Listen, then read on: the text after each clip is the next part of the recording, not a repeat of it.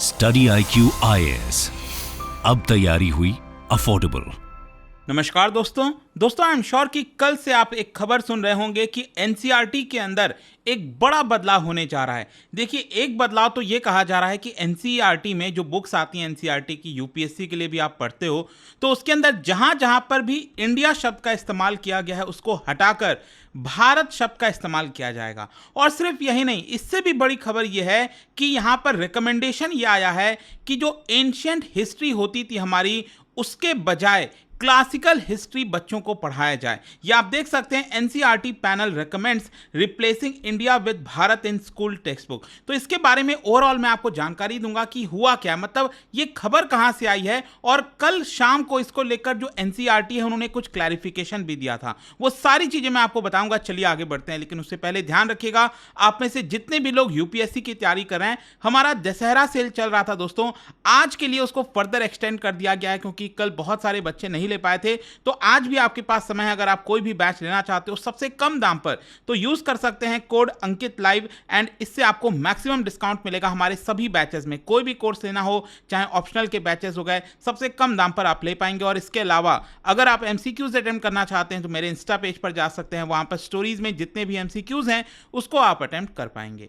चलिए शुरुआत करते हैं और सबसे पहले ये देखते हैं कि एग्जैक्टली हो क्या रहा है। देखिए, आपको याद होगा दोस्तों, 2020 में न्यू एजुकेशन पॉलिसी सरकार लेकर आई थी। अब ये जो न्यू एजुकेशन पॉलिसी है, ऐसा नहीं है कि उसको 1 साल 2 साल में इंप्लीमेंट कर दिया जाएगा।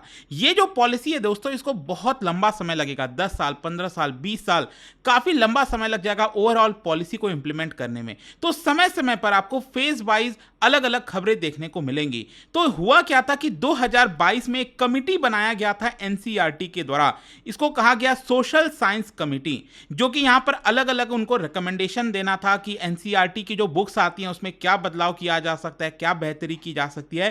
तो उन्होंने यहां पर जो अपना रिकमेंडेशन सबमिट किया है, उसके अंदर एक रिकमेंडेशन ये भी है कि क्लास 12 तक की जितनी भी बुक्स आती हैं एनसीईआरटी की, उन सभी में इंडिया का इस्तेमाल ना करके भारत शब्द का इस्तेमाल किया जाए। और इसको लेकर जो कमिटी के चेयरमैन हैं प्रोफेसर सीआई इसाक, उन्होंने कहा कि we are hoping it will be implemented from next academic year, मतलब अगला जो 2024 से लेकर जो एकेडमिक ईयर स्टार्ट होगा, उन सभी में सभी बुक्स के अंदर इसको इंप्लीमेंट कर दिया जाएगा। अब आपको समझना है कि ये रिकमेंडेशन तब आया है जब आपने देखा होगा कि इसको लेकर ऑलरेडी विवाद चल रहा है। आपने रिसेंटली देखा जब G20 की यहां पर समिट हुई थी भारत के अंदर, तो यहां पर जब प्राइम मिनिस्टर मोदी स्पीक कर रहे थे, बोल रहे थे, तो वहां पर यूजुअली क्या होता था, पहले इंडिया लिखा होता था, लेकिन अब वहां पर भारत शब्द का इस्तेमाल किया गया। इसके अलावा राष्ट्रपति जी ने जो डिनर के लिए इन्वाइट भेजा था सभी G20 के लीडर्स के लिए, वहां पर भी इंडिया शब्द का ना इस्तेमाल करके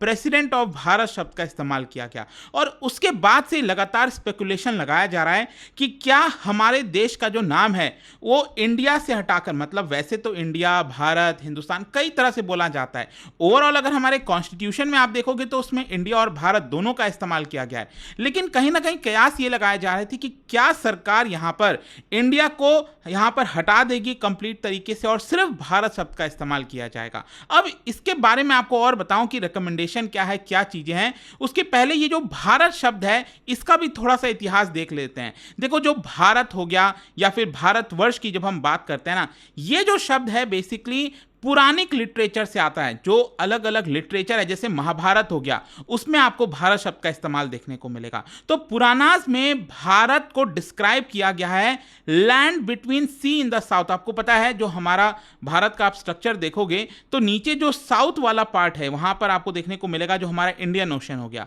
और तो उसके अंदर बोला गया है कि जो समुद्र है यहां से लेकर साउथ से लेकर नॉर्थ में जो हिमालय हो गया, वो जो पूरा लैंड आता है बीच में, उसी को हम भारत कहते हैं। तो ये पुरानास में आपको देखने को मिलता है। फिर इसके अलावा यहां पर भारत, आपको पता है कि name of ancient king of legend who was the ancestor of Rigvedic tribe of Bharatas, तो वहां से भी इसका शब्द निकल कर आता है। जो राजा भरत थे उनसे भी निकल कर आता है। अगर हम कॉन्स्टिट्यूशन में देखें तो आप सबको पता ही होगा, रिसेंटली जो डिबेट हुआ था उसमें उस समय बोला गया कि आर्टिकल 1 में साफ साफ लिखा हुआ है इंडिया दैट इज भारत, मतलब कि आप इंडिया भारत कोई भी बोल सकते हैं, इसमें कोई गलत नहीं है, दोनों चीज आप इस्तेमाल कर सकते हैं।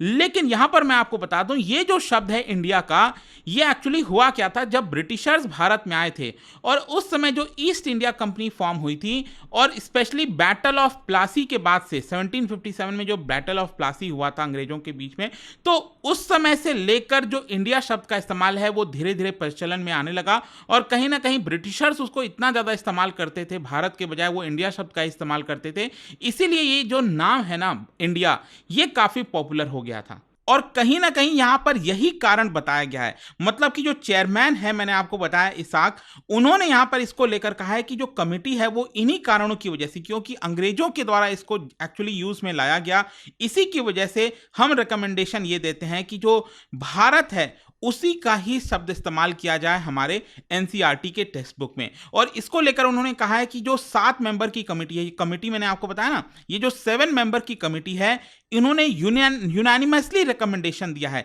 सभी ने इसको यहां पर सहमति जताई है कि हमें इसका इस्तेमाल करना चाहिए।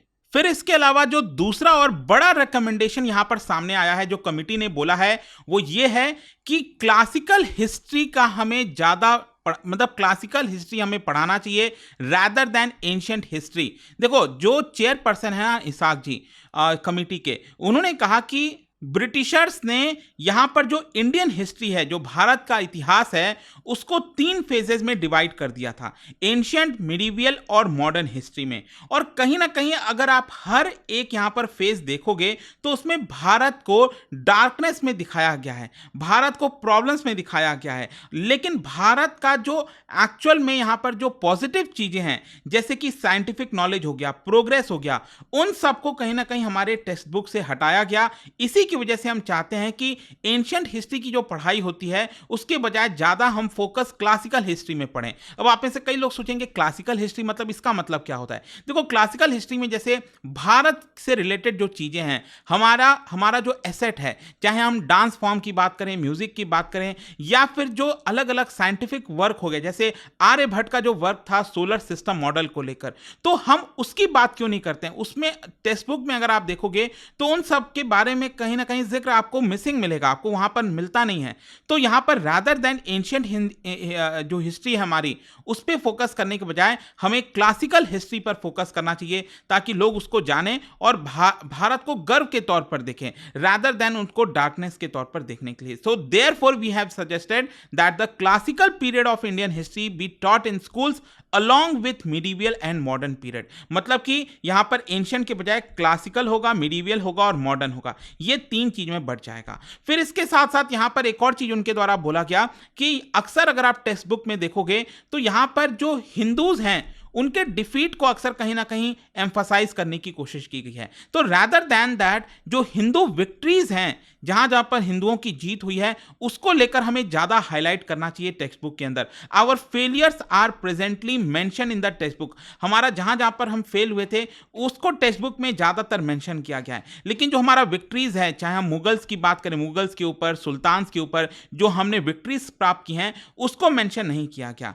तो हमें उसके ऊपर भी फोकस करना चाहिए और उसको हाईलाइट करना चाहिए। और इसके साथ साथ हमारे जितने भी करिकुलम ऑफ ऑल सब्जेक्ट्स हैं, मतलब जितने भी सब्जेक्ट्स पढ़ाए जाते हैं, उन सभी में यहां पर एक और कमिटी ने रिकमेंडेशन दिया है कि वहां पर इंडियन नॉलेज सिस्टम उसको भी इंट्रोड्यूस कराया जाए। मतलब जो भी सब्जेक्ट्स है ना, उसमें भारत से रिलेटेड जो चीजें हैं उनके ऊपर फोकस किया जाए। तो ये सारी चीजें एक्चुअली क्या हुआ था, कल यहां पर कमिटी के द्वारा, ध्यान रखिएगा, यहां पर एनसीईआरटी ने ये सजेशन, एनसीईआरटी के द्वारा जो कमिटी बनाया गया था वो कमिटी ने ये रिकमेंडेशन दिया है। अब डिपेंड करता है अल्टीमेटली कि एनसीईआरटी उसको एक्सेप्ट करता है कि नहीं। तो आपको ध्यान रखना है ये अभी एक्सेप्ट नहीं किया गया है, क्योंकि जब कल इस चीज को लेकर काफी विवाद हो रहा था तब यहां पर एनसीईआरटी का ट्वीट आया, उन्होंने इसको लेकर क्लैरिफिकेशन दिया। और देखिए उन्होंने यहां पर यह कहा है, no such decision has been given the not by the council. मतलब जो एनसीईआरटी है, जो एक बॉडी है, उन्होंने अभी तक इस सजेशन को लेकर, जो भी रिकमेंडेशन दिया है, उसको लेकर सहमति नहीं जुटाई है। यहां पर एनसीईआरटी का यह कहना है कि अभी तो हम नए सिलेबस, नए टेक्स्ट बुक, इन सबको डेवलप करने का जो पूरा प्रोसेस है वो निभा रहे हैं। अलग अलग कमिटीज के द्वारा जो भी रिकमेंडेशंस वगैरह हैं वो सारी चीजें आ रही हैं। सो एजुकेशन ऑपोजिशन बॉडी, ये जो एनसीईआरटी है, उन्होंने कहा कि अभी इसको लेकर कोई भी कमेंट करना काफी प्री मैच्योर होगा। अभी तो बस कमिटी का रिकमेंडेशंस वगैरह आया है, वो अब हम आगे डिसाइड करेंगे कि कितना इसके अंदर बदलाव होगा, कितना नहीं होगा, क्या इंडिया की जगह भारत यूज किया जाएगा, नहीं किया जाएगा। खैर जो भी है, इसको लेकर जो अपोजिशन पार्टीज हैं उन्होंने डायरेक्टली सेंट्रल गवर्नमेंट और बीजेपी के ऊपर अटैक किया है। जैसे आप देख सकते हो, जो केसी वेणुगोपाल हैं, कांग्रेस जनरल सेक्रेटरी, उन्होंने कहा है कि जब से ऑपोजिशन ने अपना नाम, जो ऑपोजिशन पार्टीज का गठबंधन हुआ है और इंडिया ब्लॉक बनाया गया है, अलायंस जो बनाया गया है, जब से यह बना है इंडिया, तब से सरकार कहीं ना कहीं उसको चेंज, इतिहास को चेंज करने में लगी हुई है। और यहां पर उन्होंने कहा कि हम बचपन से यहां पर इंडिया शब्द एक प्राइड की तरह इस्तेमाल करते हैं,